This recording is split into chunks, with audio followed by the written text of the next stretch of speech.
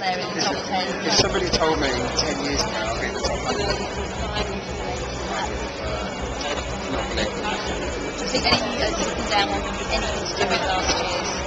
I mean, you know, at this level, one vote can make a big difference, but it's also so subjective. I would say, however, that certainly the closure last year, the news coverage that I got, you know, I wouldn't have changed anything. I wouldn't have changed the decision that it's what I had to do. But I closed that restaurant not knowing if I'd ever open again. It's an incredibly tough position to be in. The support we have is fantastic, particularly from the public.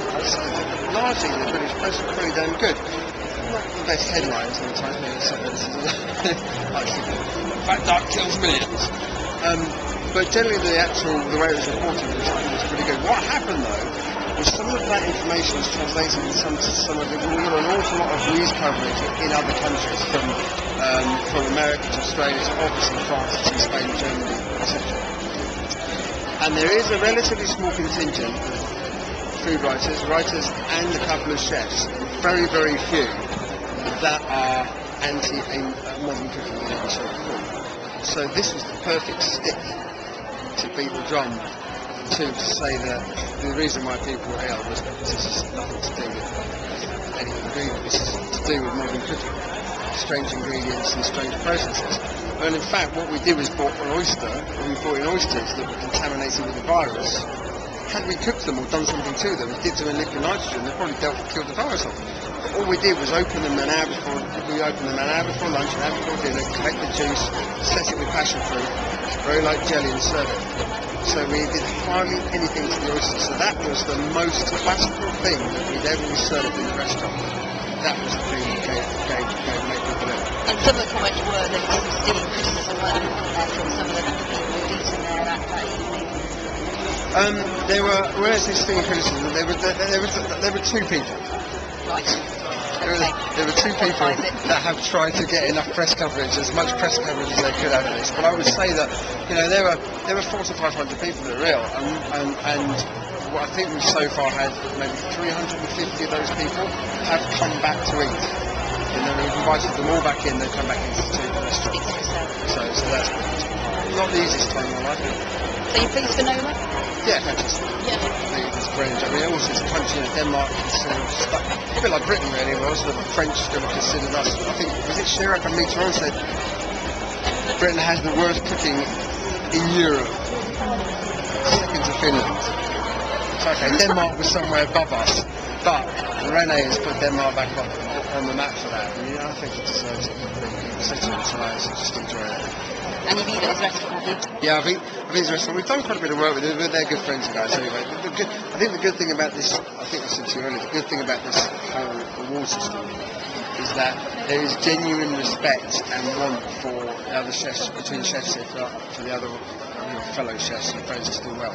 It's not kind of some cameras and stuff, and that is a fantastic sign of how modern gastronomy is moved on. 15 years ago, it would be some old French chef accusing somebody else of nicking somebody else's recipe when they've done exactly the same thing, and they wouldn't talk to each other. So, how did you rate the food tonight?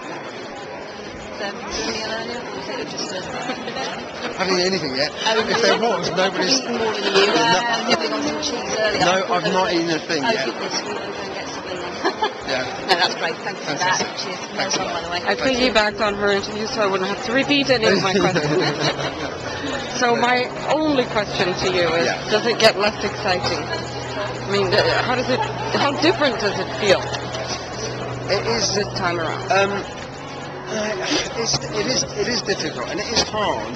It is hard trying to, every year you've got to try and keep the quality up and develop. And one of the most difficult things is stopping yourself from feeling frustrated that maybe you should be developing quicker, and then you do stuff for the sake of changing things. Yeah. And so because some people do say, well, he doesn't change his dishes as often as the rest of us do. Yeah, but then again, if you look at the menu now to 6 months ago, if you came and ate the menu now that you ate 6 months ago, it would be very, very different. Some of the names aren't always the same, but I would say every single week 1 to 2 of the dishes change. Really? But what I've done historically is rather than good example is Sound of the Sea, for example. Yeah. The framework is the concept of the dish. Yeah. It evolves into. But it evolves, and it also, for me, it's a good mechanism for exploring new techniques to get the best out of food. Right.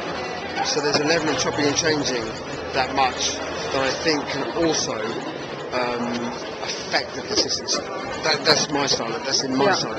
Yeah. So I would say, the menu is continually and constantly evolving. But you won't see 1 week later 5, 6, 7 new dishes on. Right. We did about 2 months ago 4 new dishes. There's a bit we've done in one here, and it caused bloody chaos. But it's all settled down now. But we've just kind of, so it's just continually tweaking.